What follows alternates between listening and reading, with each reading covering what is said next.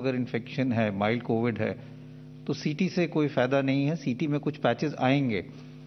कई स्टडीज हुई हैं। एक स्टडी हुई है जिन्होंने एसिम्प्टोमेटिक लोगों में सीटी देखा और ये पाया कि 30 से 40% एसिम्प्टोमेटिक लोग जिनको कोई लक्षण नहीं है, सिर्फ उनका कोविड पॉजिटिव है, उनके सीटी में भी कुछ पैचेस आते हैं और वो अपने आप बिना ट्रीटमेंट के खत्म हो जाते हैं। तो इसलिए सीटी कराने का कोई फायदा नहीं है, स्पेशली अगर आपको माइल्ड इलनेस है, आप होम आइसोलेशन पे हो और आपकी सैचुरेशन ठीक है और कोई ऐसे कोई लक्षण नहीं है।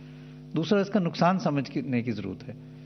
अगर हम एक सीटी कराते हैं, it is equivalent to almost 300 to 400 chest x-rays. आपने एक सीटी कराया तो आप ये समझ लें कि आपने अपने 300 एक्सरे करा लिए चेस्ट के। और ये भी डेटा है, IAEA का भी, इंटरनेशनल एटॉमिक एनर्जी कमीशन का भी डेटा है, जो रेडिएशन प्रोटेक्शन इन मेडिसिन की बात करते हैं, कि बार बार स्पेशली यंगर एज ग्रुप में सीटी कराने से risk of cancer in later life increases. तो आप अपने आप को नुकसान ही ज्यादा करा रहे हैं जब उसकी जरूरत नहीं है, क्योंकि आप अपने आप को रेडिएशन एक्सपोजर कर रहे हैं और उससे बाद में कैंसर होने का चांस बढ़ सकता है। इसलिए मैं यही कहूंगा कि अगर आपको कोई सिम्टम नहीं है, माइल्ड डिजीज है और सैचुरेशन ठीक है, तो प्लीज सीटी ना कराएं। सीटी तभी कराने की जरूरत पड़ती है अगर आपको मॉडरेट इलनेस है और आप हॉस्पिटल में एडमिट हो रहे हैं, और अगर डाउट हो तो पहले चेस्ट एक्सरे कराना चाहिए, उसके बाद ही सीटी स्कैन कराएं। तो ऐसे में बड़ा सवाल यह है कि संक्रमण का पता कैसे लगाया जाए। संक्रमण है या नहीं, अगर RT-PCR नेगेटिव होती है, सीटी नहीं करवाया जाता है, तो उसके बाद कैसे पता लगेगा। कौन सी दवाई फिलहाल कहा जा रहा है कि इफेक्टिव है और कौन सी दवाई का कोर्स करना चाहिए। इस वक्त 3 बड़े डॉक्टर्स का पैनल हमारे साथ मौजूद है। डॉक्टर स्वाति महेश्वरी है, internal medicine, doctor MC Mishra है, पूर्व निदेशक एम्स, और हमारे साथ डॉक्टर DK गुप्ता है, चेयरमैन फेलिक्स हॉस्पिटल के। सबसे पहले डॉक्टर मिश्रा, मैं आपसे शुरू करना चाहता हूं। कल से क्या मैं ये कहूं कि क्या है कि नई बहस छिड़ी है, या फिर ये पहले से ही अकाउंट में था कि सीटी स्कैन मत कराइए, मतलब जबरदस्ती सीटी स्कैन मत करिए, अगर मैं इसको यूं फ्रेज करूं तो? नहीं सचिन, ये बहस कोई नहीं है। ये डॉक्टर साहब जो डायरेक्टर है एम्स के, उन्होंने सिर्फ ये कहा है कि जहां पे इंडिकेशन नहीं है वहां अवॉइड करिए, क्योंकि सीटी स्कैन कोई इलाज नहीं है। एक तो कोविड का, ये केवल निमोनिया की डायग्नोसिस के लिए इस्तेमाल होता है, और आप अनइंडिकेटेड करेंगे तो रेडिएशन का हैजार्ड है और यंग लोगों को उसका नुकसान लॉन्ग टर्म में हो सकता है। इतनी सी बात है। क्योंकि हो क्या रहा है आजकल, हम मने करते हैं फिर भी लोग करा लेते हैं क्योंकि किसी और डॉक्टर ने कह दिया है। मैं 2 उदाहरण आपको दे दूं यंग पेशेंट्स के। एक किसी की बेटी थी, एक किसी का बेटा था, और बड़े पढ़े लिखे लोग, संभ्रांत, और मैंने दोनों को मने किया कि सीटी इनका मत कराओ, इनको माइल्ड इन्फेक्शन हुआ है, ये ठीक हो गए हैं, इनके सीटी की कोई आवश्यकता नहीं है। फिर भी किसी GP ने कह दिया और इन्होंने सीटी स्कैन करा लिया। मैंने कहा भाई उसमें माइल्ड निमोनिया आएगा जिसके लिए कोई ट्रीटमेंट की जरूरत नहीं है। दोनों ने करा लिया। अब मैं थोड़ा नाराज भी हुआ। मैंने कहा यार फिर तुम आप उनसे ही राय ले लो, मेरे से क्यों राय लेते हो, जब आपको अपना इलाज खुद ही करना है। लेकिन मैं ये कहूंगा कि अगर उम्र हमारी ज्यादा है 50 साल से, हमको कोमॉर्बिडिटीज है, डायबिटीज है और ब्रोंकियल आजमा है, हम इम्यूनो सप्रेशन पे हैं, तो मैं थोड़ा सा इसमें मेरा मत ये है कि उसमें हमारी लिबरल थिंकिंग होनी चाहिए सीटी कराने की। क्योंकि ये देखा गया है इस तरह के लोगों को, ओबीज है, कोई मॉर्बिड ओबेसिटी है और दूसरी वजह से उनकी कोमॉर्बिडिटीज है, उनमें निमोनिया अगर पहले से हम प्रीएम्प्ट नहीं करें डायग्नोसिस, तो इलाज देर में शुरू होता है, फिर वो गंभीर हो जाता है। तो हम उस अवस्था में भी नहीं जाना चाहते। तो एक बैलेंस अप्रोच रखनी है कि हम अनइंडिकेटेड सीटी स्कैन ना करें और जब इंडिकेशन है उसको प्रीएम्प्ट करें। निमोनिया, देखिए ज्यादातर जो रोगी गंभीर हो रहे हैं और जिनकी मृत्यु हो रही है वो निमोनिया से हो रही है। कोविड तो ठीक हो रहा है, 7-8वें दिन में बुखार कम आ गया, नॉर्मल भी आ गया, उसके बाद निमोनिया की समस्या शुरू होती है 7 दिन से लेकर 12-13 दिन तक। उस विंडो में सीटी स्कैन की आवश्यकता होती है, और उसमें अगर उम्र ज्यादा है, कोमॉर्बिडिटीज है, तो वो अगर हम मिस कर जाएंगे 12-13 कैटेगरी का निमोनिया या 10 के ऊपर का निमोनिया या 8 के ऊपर का निमोनिया, तो वो गंभीर हो सकता है और उससे फिर दिक्कत आती है। इसलिए एक एज ग्रुप में लिबरल पॉलिसी, दूसरे में कंजर्वेटिव पॉलिसी, ये और डॉक्टर पे छोड़ दें आप, वो जब निर्णय करें। लेकिन अब डॉक्टर्स भी क्या हो गए हैं, वो डिफेंसिव मेडिसिन की प्रैक्टिस चल रही है कि साहब वो क्वेश्चन न कर ले, क्योंकि मरीज खुद ही पूछ रहा है साहब सीटी करा लें। अब डॉक्टर बड़ी दुविधा में आ जाता है कि वो कहे हाँ तो भी मुश्किल, ना कहे और निकल आए कुछ बाद में और कुछ हो जाए, तो फिर डॉक्टर की गर्दन कि साहब आपने हमको बताया नहीं कि सीटी में आ जाता है। तो ये बड़ा एक दुविधा वाला सवाल है।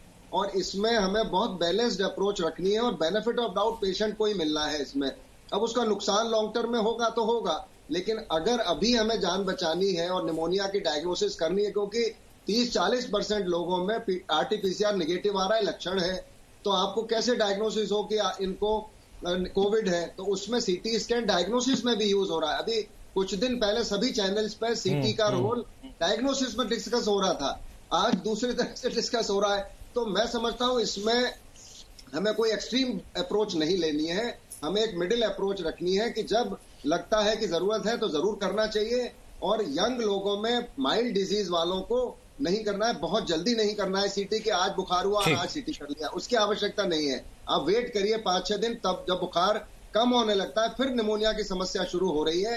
ये मेरा अपना ऑब्जर्वेशन है, और इसीलिए मैं जब towards the end of first week, second week में जब आप एंटर करते हैं और आपको लक्षण काफी सिग्निफिकेंट रहे हैं, तो उसमें सीटी स्कैन करने में उचित है, क्योंकि आपको पता लग जाता है कि ये 8 से ऊपर वाला निमोनिया है कि 8 से नीचे वाला है, ये 16 से ऊपर वाला है या 16 से नीचे वाला है, क्योंकि हम नहीं चाहते कि मरीज फिर गंभीर अवस्था में जाए और फिर आईसीयू और फिर नॉन इन्वेसिव वेंटिलेशन, फिर हाई फ्लो नेजल कैनुला, फिर उसमें पड़े और उसके बाद आउटकम खराब हो जाए, तो हम वो भी नहीं चाहेंगे। तो इसलिए मेरा मानना ये है कि जहां पे इंडिकेशन है वहां अगर एक सीटी हम ज्यादा कर लेते हैं उसमें कोई नुकसान नहीं है, लेकिन जहां इंडिकेशन नहीं है वहां सीटी स्कैन अवॉइड होना चाहिए। ठीक है, डॉक्टर DK गुप्ता कुछ ऐड करना चाह रहे थे, फिर उसके बाद मैं अगला सवाल लूंगा। देखिए सर, मेरे हिसाब से मैं सहमत हूं कि जो माइल्ड केस है, एसिम्प्टोमेटिक केस है, उसमें सीटी नहीं कराना। लेकिन अगर कोई सिम्प्टोमेटिक केस है और उसका RT-PCR नेगेटिव है और हम लोग स्ट्रांगली सस्पेक्ट कर रहे हैं कोविड हो सकता है, तो उस केस में हमें डायग्नोसिस कंफर्म करने के लिए सीटी कराना चाहिए। दूसरा, मॉडरेट केस कौन से पेशेंट को कैसे पता लगेगा या डॉक्टर को कैसे पता लगेगा, उसके लिए क्या क्राइटेरिया है कि अगर चेस्ट पेन हो रहा है, ब्रीदिंग डिफिकल्टी हो रही है, उसका रेस्पिरेटरी रेट मोर देन 24 जा रहा है, अगर उसको चक्कर आ रहे हैं, ड्राउजी हो रहा है, स्लीपीनेस हो रही है, सीजर्स पड़ रहे हैं, BP फॉल हो रहा है, कोमॉर्बिड कंडीशंस हैं, कोई डायलिसिस पे पेशेंट है, डायबिटिक है, हाइपरटेंसिव है, ओबेसिटी है, तो ऐसे पेशेंट को, या उसका बुखार परसिस्टेंट है, 7 दिन हो गए, 8 दिन हो गए, बुखार कम नहीं हो रहा, हाईग्रेड बुखार परसिस्टेंट कर रहा है, तो फिर हमें देखना पड़ेगा कि निमोनिया कितना है, स्टेरॉइड शुरू करने या नहीं करने। उस केस में सीटी का इंडिकेशन है, डायग्नोसिस में भी और ट्रीटमेंट में। अदरवाइज माइल्ड केस में और एसिम्प्टोमेटिक केसेस में सीटी नहीं कराना चाहिए। ठीक है, लेकिन डॉक्टर स्वाति महेश्वरी, फिर इससे पता कैसे लगेगा? RT-PCR नेगेटिव आया और सिम्टम्स बहुत ज्यादा है नहीं, लेकिन फिर भी हमने देखा है कि अगर सिम्टम्स है नहीं लेकिन फिर भी सैचुरेशन पॉइंट कई बार आपका नीचे चला जाता है, सिम्टम्स ना होने के बावजूद भी कई लोग सीरियस इलनेस या फिर डेथ की तरफ भी आगे बढ़ गए, तो फिर ये पैरामीटर कैसे तय हुआ?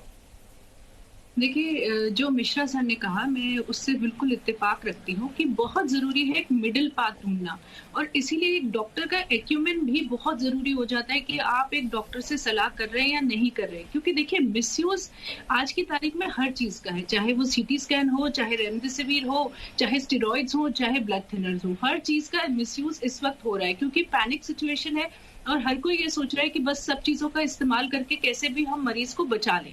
लेकिन यहाँ ये समझना बहुत ज्यादा जरूरी है कि कब किस चीज का इंडिकेशन है। अक्सर क्या होता है कि हम ये देख रहे हैं कि लोग पहले दिन जंप करके सीटी करा रहे हैं या डर के सीटी करा रहे हैं कि अच्छा RT-PCR नहीं हो पा रहा है या उसकी रिपोर्ट 1 हफ्ते में आएगी, तो चलो आज पहले सीटी स्कैन करा लेते हैं, उसी से पता चल जाएगा। तो ये जो एक थॉट प्रोसेस चल गया है, मुझे लगता है इसी के लिए ये बात थी कि हमें सीटी स्कैन जो है एकदम जंप करके शुरुआत में नहीं कराना चाहिए, जबकि हम माइल्ड केसेस हैं, हमारा SpO2 भी फॉल नहीं हो रहा, हमें कोई वैसे ब्रीदिंग डिफिकल्टी भी नहीं है।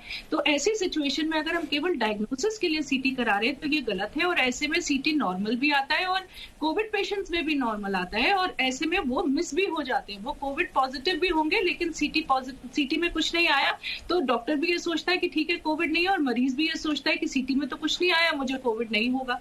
तो ये एक कंफ्यूजन भी बल्कि क्रिएट करता है। अब जरूरी ये है कि जो हमारे पेशेंट्स ऐसे हैं जिनको की दिक्कत हो रही है, जिनमें हमें ऐसे लक्षण दिखाई दे रहे हैं कि हाँ इनको निमोनिया हो सकता है, उन लोगों में हमें सीटी कराने की इंपॉर्टेंस है और वहां हमें कराना चाहिए। और वहां हमें रिस्क स्ट्रैटिफिकेशन में भी ये मदद करता है। जैसे कि अगर हमें ये लगा कि हाँ मॉडरेट निमोनिया है या सिवियर निमोनिया है, तो हम उन्हें आगाह कर सकते हैं कि आने वाले समय में आपको ऑक्सीजन की जरूरत पड़ सकती है, या हम स्टेरॉइड अपग्रेड कर सकते हैं उनका, तो वो पहले से तैयार भी रहेंगे। देखिए, बहुत जरूरी है इस बीमारी में किसी भी व्यक्ति के लिए तैयार रहना। आप जब ऑक्सीजन फॉल होने लग गया या जब एकदम सीरियसनेस आ गई, तब नहीं उन्हें बोलेंगे कि अब आप भागिए, अस्पताल भागिए, अब तो बहुत सीरियस इमीडिएट सिचुएशन हो गई। तो ऐसे लोगों को हमें रिस्क स्ट्रैटिफिकेशन करना ही पड़ता है। हमें उन्हें पहले से बताना पड़ता है कि आपके सीटी में अगर ये स्कोर आ रहा है तो आने वाले समय में आपका ऑक्सीजन फॉल हो सकता है। आप अभी से ऑक्सीजन कंसंट्रेटर के बारे में सोचिए, तैयारी करना शुरू करिए, क्योंकि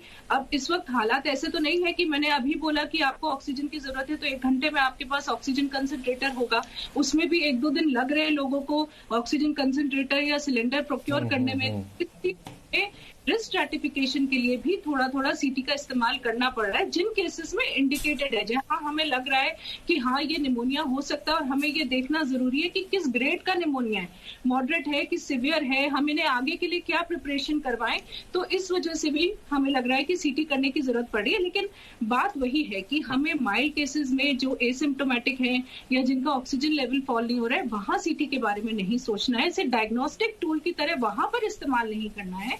लेकिन हमें ऐसे जो केसेस हैं जिनमें ज्यादा लक्षण है, आरटीपीसीआर की रिपोर्ट नहीं आ रही, हमें लग रहा है कि निमोनिया हो सकता है या हमें रिस्क स्ट्रैटिफिकेशन करना है, तो वहां हमें सीटी का इस्तेमाल करना है। और मेडिसिन में हमेशा बेनिफिट टू रिस्क रेशियो देखा जाता है। जैसे कि बात हो रही है कि सीटी स्कैन से इतने एक्सरेज का एक्सपोजर होगा, ये हो सकता है, वो तो देखिए हमेशा क्रोसिन की गोली से भी हमें साइड इफेक्ट्स हो सकते हैं, हमें बाकी दवाइयों से भी साइड इफेक्ट्स होते हैं। तो ऐसी हमें बेनिफिट टू रिस्क रेशियो देखना है कि हमारे मरीज के लिए आज की तारीख में क्या जरूरी है, सीटी स्कैन कराना जरूरी है या हमारे लिए वेट करना जरूरी है। तो वो स्टेप्स किसी भी डॉक्टर को सोच समझ अल्टीमेटली तो मेरे को ये लगता है, जैसा कि आप तीनों ने कहा, कि सबसे जरूरी तो डॉक्टर की एक एडवाइस है। कहीं ना कहीं आप उसको अगर फॉलो कर रहे हैं, आपका डॉक्टर जो कह रहा है वो आपका वेलविशर है, उसे मालूम है कि इस वक्त आपके क्या सिम्टम्स हैं, क्या लक्षण हैं और क्या कुछ करवाना चाहिए। तो बेटर ये होगा, जैसे कि डॉक्टर मिश्रा ने भी कहा, कि फॉलो वही कीजिए जो कम से कम आपका फिजिशियन, आपका डॉक्टर इस वक्त आपको कह रहा है। और भी बहुत से ऐसे सवाल हैं जो कि दर्शक आपसे पूछना चाहते हैं, क्योंकि वैक्सीनेशन भी चल रहा है, वैक्सीनेशन से जुड़ी कई बाधाएं हैं, कई ऐसे डाउट्स हैं जो कि दर्शक क्लियर करना चाहते हैं। मैं आऊंगा आपके पास, एक छोटा सा ब्रेक ले रहा हूं।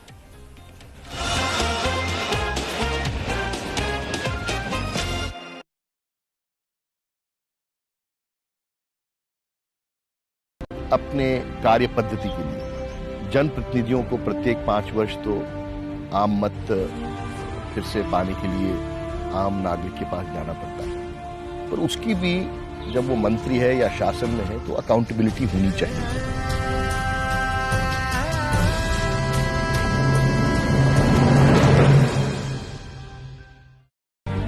Ma'am, now everybody, all the opinion polls have said that the BJP is going to win. Yes. Do you trust, or how do you speak? No, I don't trust those opinion polls. As I've said the other day, there have been opinion polls earlier which gave the complete wrong picture of the situation. And we have a very clear example in Madhya Pradesh. Last time they had predicted that Madhya Pradesh would lose. Madhya Pradesh won.